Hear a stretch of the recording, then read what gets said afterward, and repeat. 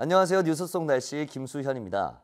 가을이 깊어지면서 미세먼지가 증가하는 철이 되었는데요. 우리나라의 경우 우리나라 자체에서 만들어지는 미세먼지가 많기는 하지만 중국에서 날아오는 미세먼지의 영향도 상당하다고 합니다. 그래서 오늘은 중국의 미세먼지로 인한 영향 그리고 대책에 대해서 알아보도록 하겠습니다. K웨더 반기성 예보센터장님 나오셨습니다. 안녕하세요. 네, 안녕하세요. 네.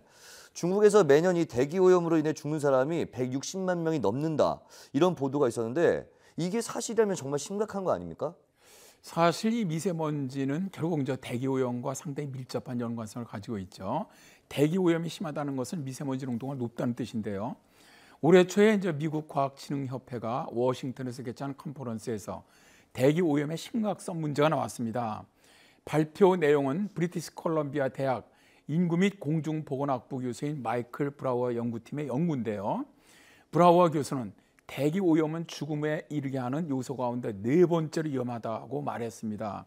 그의 연구에 따르면 중국과 인도 내 대기 오염에 따른 사망자가 전 세계의 55%에 달한다 그래요. 즉 2013년을 기준으로 중국과 인도에서는 대기 오염으로 인해서 각 160만 명과 140만 명이 사망했다고 합니다. 세계 질병부담연구에 따르면 말이죠. 대기 오염은 고혈압, 비만, 흡연에 이어서 사망을 초래하는 네 번째 위험 요소로 분류되고 있습니다. 그런데 중국의 올해 초 초미세먼지 농도는 세제곱미터당 300 마이크로그램으로 세계 보건기구가 정한 기준치의 12배가 넘을 정도로 아주 매우 심각했죠. 네, 정말 심각하네요. 그런데 자국민이 매년 160만 명 이상이 대기 오염으로 죽어가고 있는데 그렇다면 중국은 어떻게 인식을 하고 있는지 궁금하고요. 또 앞서 잠깐 이야기를 하셨지만 인도 같은 경우에도 대기 오염이 굉장히 심각하지 않습니까? 인도 상황은 어떤지도 설명 좀 부탁드리겠습니다. 중국의 경우 이제 석탄 사용이 대기 오염에 미치는 영향이 큰 것으로 분석되고 있는데요. 칭화대학 환경과학부 연구에 따르면 석탄 사용으로 인한 오염으로 2013년에 36만 6천 명이 사망했다고 합니다. 그래서 중국에서는 무엇보다도 석탄 및 다른 분야에서 오염 배출량을 줄이기 위한 공격적인 전략을 세우고 있다래요. 인도에서는 요리와 난방을 위해서 나무를 사용하거나 거름, 바이오매스 등에 의한 대기 오염이 아주 심각한 것으로 보고 있습니다. 그러나 문제는 이런 공기오염 물질을 줄일 수 있는 마땅한 대책이 없다는 겁니다. 네, 그런데 이 심각한 중국의 대기 오염이 동아시아 기후 변화의 주요 원인이다. 이렇게 좀 말씀하신다고요? 네, 그렇습니다. 2016년 9월에 과학저널 네이처 지오사이언스에 실린 논문 내용에 이게 나왔죠. 이 논문에 따르면 중국의 대기 오염이 동아시아의 기후 변화를 초래하는 가장 큰 요인이라고 밝혔습니다. 그리고 이런 오염 통제 기술이 중국에 매우 부족하다고도 말합니다. 연구팀은 제조업 주도 경제 방식은 중국과 인도 등지에서 에어로졸로 불리는 미세 입자의 증가를 가져온다고 말합니다. 이것이 세계적으로 악명 높은 베이징의 스모그 원인이라는 것이죠. 이게 이제 미국, 영국 그리고 중국의 과학자가 참가했던 이 연구에서는 중국이 내뿜은 에어로졸이 치명적이라고 보고 있습니다. 근데 이 에어로졸은요, 석탄과 석유 등 화석 연료를 태우는 과정에서 발생하는 아주 극소먼지 입자들입니다. 이것들이 대기 중에 머물면서 동아시아 기온과 강수 패턴의 변화를 부른다는 것이죠. 네, 동아시아의 기후를 변화시킨다면 정말 우리나라도 영향을 받고 있다 이런 거 아닙니까? 네, 그렇습니다. 연구팀은 이제 에어로졸이 온실가스보다 기후에 미치는 영향이 더 크다고 봅니다. 햇볕을 차단해 냉각 효과가 있는가 하면 극심한 대기 오염을 가져오고 강수량에도 많은 영향을 준다는 것이죠. 2013년 기준으로 중국 에너지원의 60% 이상이 석탄이라고 합니다. 미국이나 유럽 등의 공장들은 엄격한 환경 관련법 규제로 에어로졸 배출이 사실상 차단되고 있는데요. 그러나 중국의 공장에서는 거의 통제되고 있지 않기 때문에 그래서 이제 다 이게 배출되고 있기 때문에 문제가 된다는 것이죠. 연구팀의 일원인 한 교수는 중국도 점차 대기오염 통제 기술을 갖춰가고 있으나 아직은 부족한 상황이라고 말하고 있습니다. 네, 사실 이 미세먼지 농도가 짙어졌을 때 중국의 영향이다, 아니다. 우리나라에서 만들어진 미세먼지다. 이렇게 좀 의견이 분분하지 않습니까? 어떻습니까? 우리나라 자체에서 만들어지는 미세먼지의 양이 더 많은 것은 사실입니다. 예. 뭐 연구하는 분들의 결과에 따라서 좀 약간의 차이는 보이지만 중국으로부터의 영향이 40% 이상이라는 연구와 25% 정도라는 연구까지 아주 다양합니다. 그러나 악성 스모그일 경우에는 중국의 영향이 굉장히 크다고 봅니다. 늦가을부터 초봄까지 최소한 나흘 이상 한반도 하늘을 뒤덮는 악성 스모그는 중국에서 유입된 오염물질에 의한 것이라는 연구 결과가 있었거든요. 서울대 허창혜 교수 연구팀이 한반도 공기 흐름을 역추적해서 이런 사실을 밝혔었죠. 이들의 연구에 의하면 서울에서 최악의 스모그가 발생하는 날에는 어김없이 2, 3일 전부터 중국 동부 그리고 중부 지역에서 미세먼지 오염도가 상승하더라는 것이죠. 그리고 오염된 공기덩어리는 편서풍을 타고 한반도로 동진해 오는데요. 이때 중국 동부와 한반도 상공에는 고기압이 정체하는 등 악성 스모그가 발생할 조건이 갖춰진다고 합니다.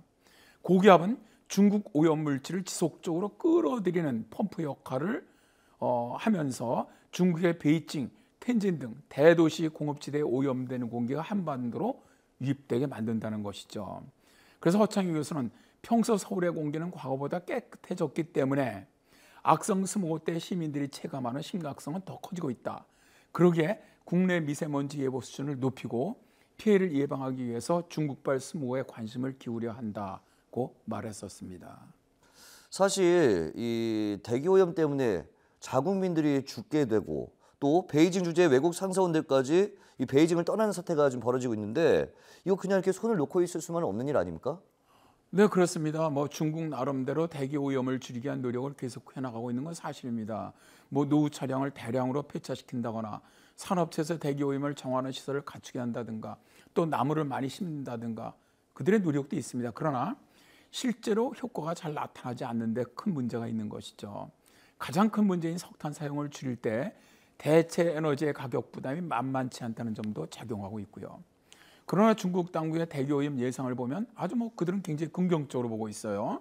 중국 칭화대학 환경대학원의 연구에 의하면 대기오염이 가장 극심한 베이징이나 텐진, 허베이 지역의 초미세먼지 농도가 2030년에는 세제곱미터당 27 마이크로그램까지 낮아질 것이라고 전망하고 있는 것이 대표적입니다. 이 정도의 정말 수치만 된다면 세계보건기구의 초미세먼지 기준치인 세제곱미터당 25 마이크로그램에 거의 근접할 정도로 매우 깨끗한 공기죠. 이들의 연구에 의하면 이 세 지역 외의 이 지역은 이보다 빨리 좋아질 것이라고 전망하기도 합니다.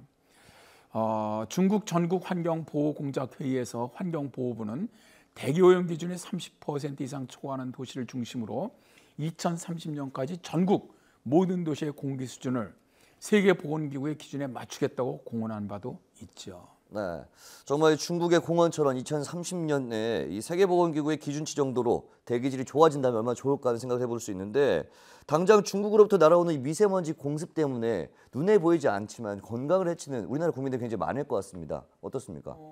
정말 굉장히 심각하죠. 중국에서도 중국발 초미세먼지 위험성을 경고하는 연구가 나온 적이 있었거든요. 중국 공정원에서도 2015년에 미국, 일본 등 9개 선진국의 조사 결과를 발표를 해갖고 근거를 해서 초미세먼지 농도가 세제곱미터당 10 마이크로그램 증가할 때 폐암 발생 위험성은 25에서 30% 높아진다고 밝힌 적이 있습니다. 초미세먼지는 폐암만 아니고요. 폐를 통해서 혈관 속으로 침투해서 뇌졸중, 심장병 등 심혈관 질환까지 일으키기 때문에 은밀한 살인자라는 말이 맞을 정도죠. 그런데 우리나라에 날아오는 초미세먼지가 세제곱미터에 5 마이크로그램씩 증감에 따라서 유선암 발생 위험도는 50%씩 높아진다는 미국 연구까지 중국에서 사실 밝히기도 했었습니다. 그러니 올 1월에 베이징의 초미세먼지 농도가 세제곱미터당 300 마이크로그램, 이건 정말 엄청나게 심각하다고 볼 수 있는 것이죠. 네, 그렇군요. 오늘 말씀 고맙습니다. 네, 감사합니다. 우리나라도 내부적으로 미세먼지를 줄이려는 노력이 계속되어야 하겠지만 동북아 대기오염에 그 책임이 어느 정도 있는 중국 또한 미세먼지를 줄이기 위한 노력을 계속해야 하지 않을까 생각을 해봅니다.